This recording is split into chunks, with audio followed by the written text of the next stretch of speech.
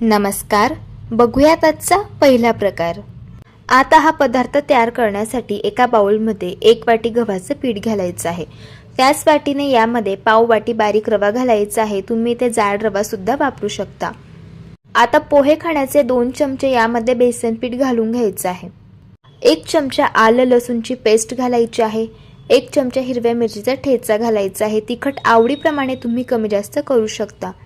आता यामध्ये आपल्याला अर्धी वाटी बारीक कापून घेतलेला कांदा घालायचा आहे। पाव चमचा हळदी पावडर घालूयात। पाव चमचा गरम मसाला घालूया।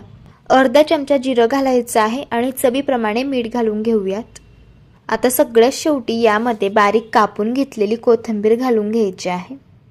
आता हे सर्व कोरडे जिन्नस आपण मिक्स करून घेऊयात। यावरून अंदाजा येतो यामध्ये आपल्याला किती पाणी घालण्याची गरज पडणार आहे। आता यामध्ये थोडं थोडं पाणी घालायचं आणि याचं आपल्याला बॅटर तयार करून घ्यायचं आहे। असं थोडं थोडं पाणी घालायचं म्हणजे पिठाच्या गाठी होत नाहीत आणि अगदी स्मूथ असं हे बॅटर तयार होतं।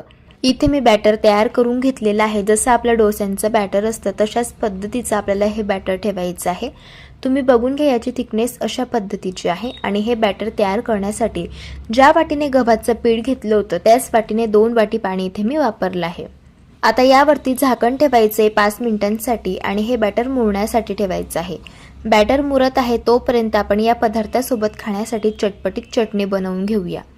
मिक्सरच्या भांड्यामध्ये 1 वाटी ओल्या नारळाचे काप घालायचे आहे। 2 चमचे फुटाण्याची डाळ घालायची आहे। 1 इंच आलं आणि 4 ते 5 लसणच्या पाकळ्या घालायच्या। 3 हिरवी मिरची घालायची। तिखट आवडीप्रमाणे तुम्ही कमी जास्त करू शकतात। 1 चमचा लिंबाचा रस घालून घ्यायचा। लिंबाचा रस घातल्यामुळे चटणी छान चटपटीत तयार होते। चवीप्रमाणे मीठ घालायचं आणि 1 वाटी कोथिंबीर घालायची। थोडंसं पाणी घालायचं आणि चटणी आपल्याला अशा पद्धतीने बारीक वाटून घ्यायची आहे।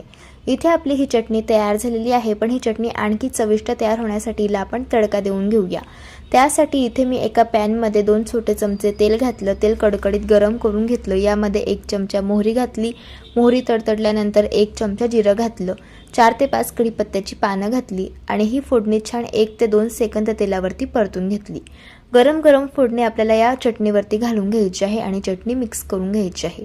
तयार झाली इथे आपली ओल्या नारळाची चटपटीत अशी ही चटणी। चवीला अगदी छान लागते।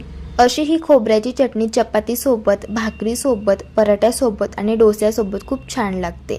आता इथे आपली चटणी तयार झाली आणि इथे आपलं जे बॅटर आहे तर ते सुद्धा चांगलं मुरलं गेलेलं आहे।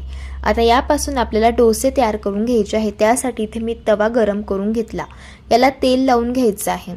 आता डोस्याचं 2 पडी बॅटर आपल्याला अशा पद्धतीने या तव्यावरती घालून घ्यायचं आहे आणि डोसा आपल्याला पसरवून घ्यायचा आहे। हा डोसा आपल्याला एका साइडने क्रिस्पी आणि कुरकुरीत होईपर्यंत भाजून घ्यायचा आहे। डोसा एका साइडने भाजत आला की वरची बाजू अशा पद्धतीने याची कोरडी होते।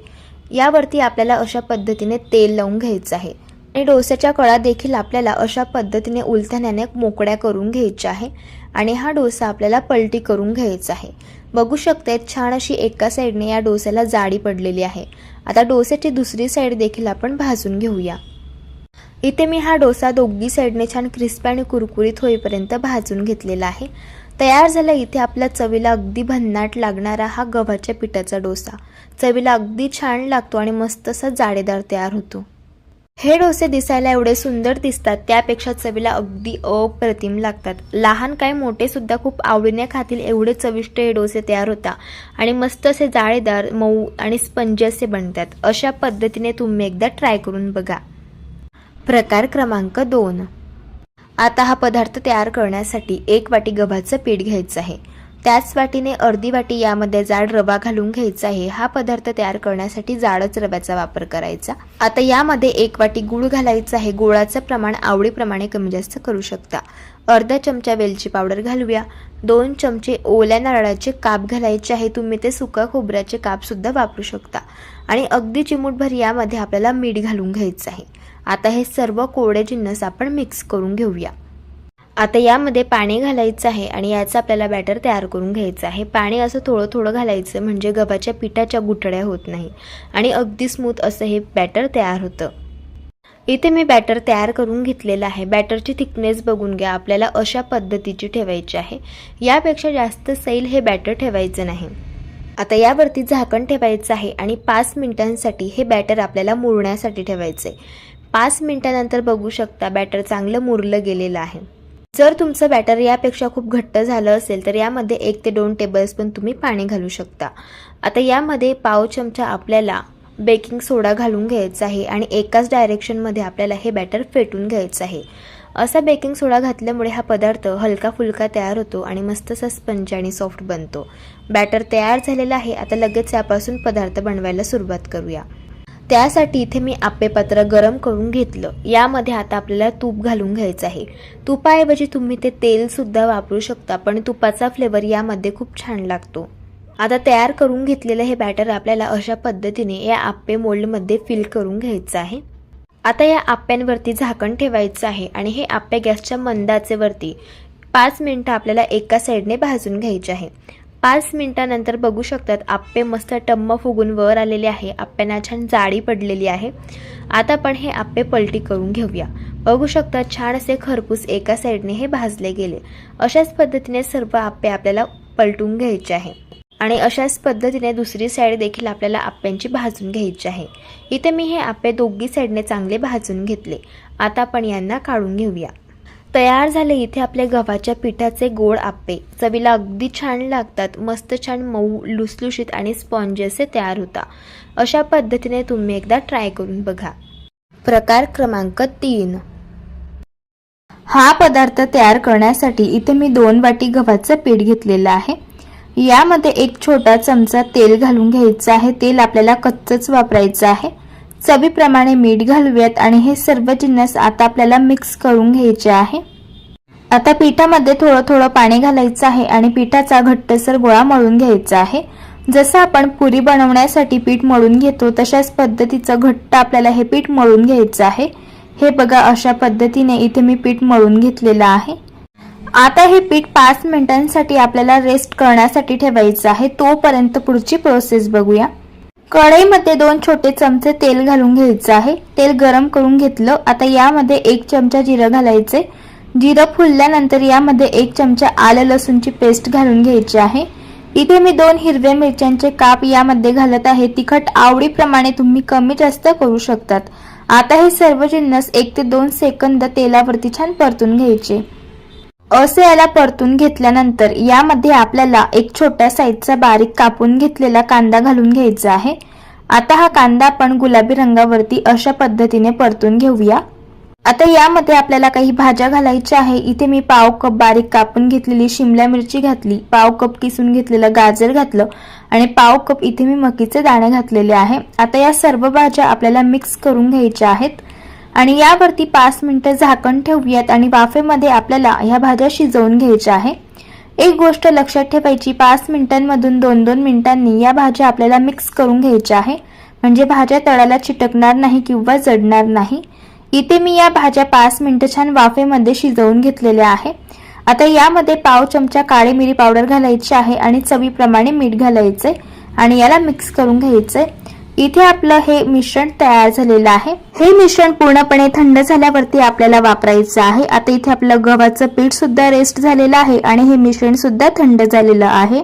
आता यामध्ये आपल्याला 1 चीजचं क्यूब किसून घालायचं आहे. असं चीज किसून घातल्यामुळे हा पदार्थ चवीला अप्रतिम लागतो आणि लहान काय मोठे सुद्धा हा पदार्थ आवडीने खातील इतका चविष्ट लागतो. आता लगेच आपण नाश्ता तयार करायला घेऊया. लिंबाच्या साईज एवढं आपल्याला पीठ घ्यायचं आहे हातामध्ये आणि याचा आपल्याला गोळा तयार करून घ्यायचा आहे. हे बघा अशा पद्धतीने. आता आपण याला लाटून घेऊया. ज्या पद्धतीने आपण पुरी लाटून घेतो तशाच प्रकारे याला लाटून घ्यायचं आहे.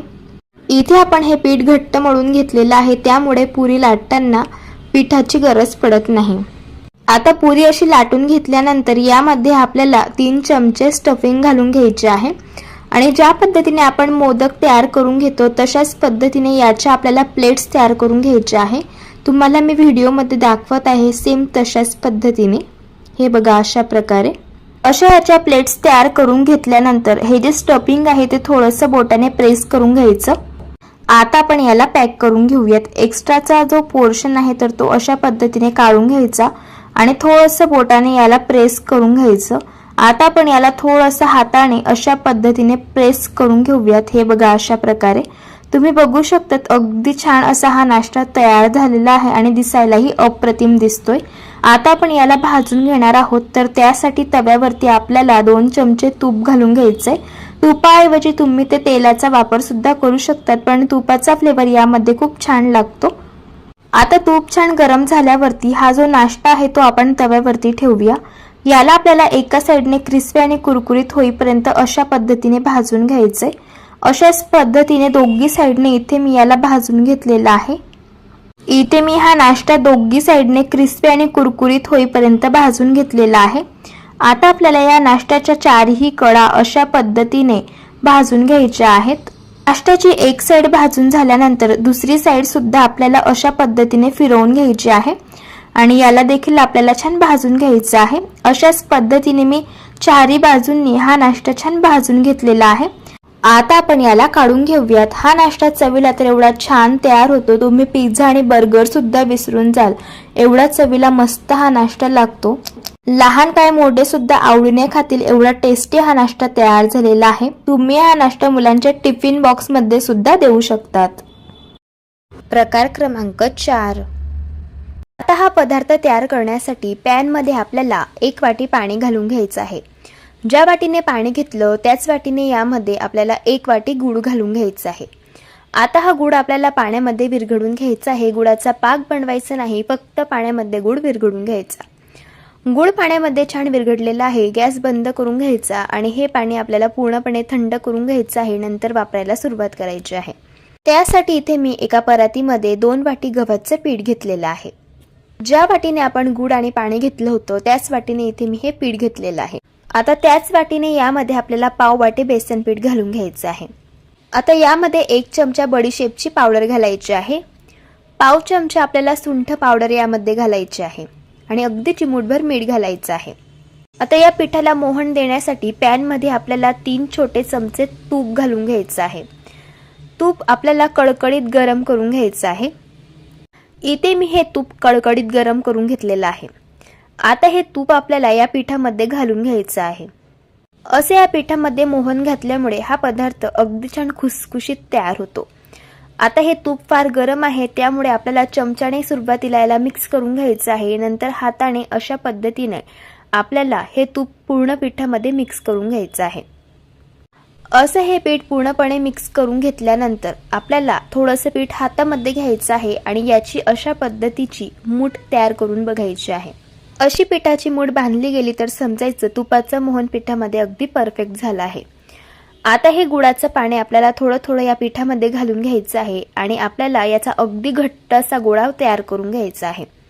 इथे आज आपण गुळाच्या खुसखुशीत कापण्या बनवणार आहोत. तर कापण्या बनवण्यासाठी आपल्याला हे जे पीठ आहे तर ते छान घट्ट मळून घ्यायचं आहे. जर आपण हे पीठ सैल मळलं तर कापण्या आतून मऊ राहतात आणि त्या छान क्रिस्पी आणि खुसखुशीत होत नाहीत. त्यामुळे हे पीठ जेवढं घट्ट मळता येईल तेवढं घट्ट मळून घ्यायचं. इथे मी हे पीठ घट्ट मळून घेतलेलं आहे आणि आपण गूळ आणि जे पाणी घेतलं होतं ते प्रमाण अगदी परफेक्ट यामध्ये झालेलं आहे. आता हे पीठ आपल्याला 5 मिनिटं रेस्ट करण्यासाठी ठेवायचं आहे. यापेक्षा जास्त पीठ रेस्ट करण्यासाठी ठेवायचं नाही, नाहीतर हे पीठ खूप कडक होतं. 5 मिनिटं झालेले आहे आणि इथे मी हे पीठ रेस्ट करून घेतलेलं आहे. आता पिठाचे आपल्याला मोठे मोठे 3 गोळे अशा पद्धतीने करून घ्यायचे आहे. आता आपण याला लाटून घेऊयात. त्यासाठी इथे मी पोळीपाट घेतला आहे. आपल्याला याची चपाती लाटून घ्यायची आहे. आपण नेहमीप्रमाणे जशी चपाती लाटतो त्यापेक्षा थोडीशी जाडसर आपल्याला ही चपाती लाटून घ्यायची आहे. इथे मी ही चपाती लाटून घेतलेली आहे. आता यावरती आपल्याला खसखस घालून घ्यायची आहे. अशी खसखस घातल्यामुळे कापण्यांना चव खूप छान येते आणि कापण्या दिसायलाही छान दिसतात. आता पुन्हा थोडंसं लाटण्याने यावरती लाटून घ्यायचं आहे, जेणेकरून जी खसखस आहे तर ती पूर्ण चपातीला चिटकून बसेल. दुसऱ्या साईडने देखील आपल्याला खसखस घालून घ्यायची आहे आणि पुन्हा याला थोडंसं लाटण्याला लाटून घ्यायचं आहे.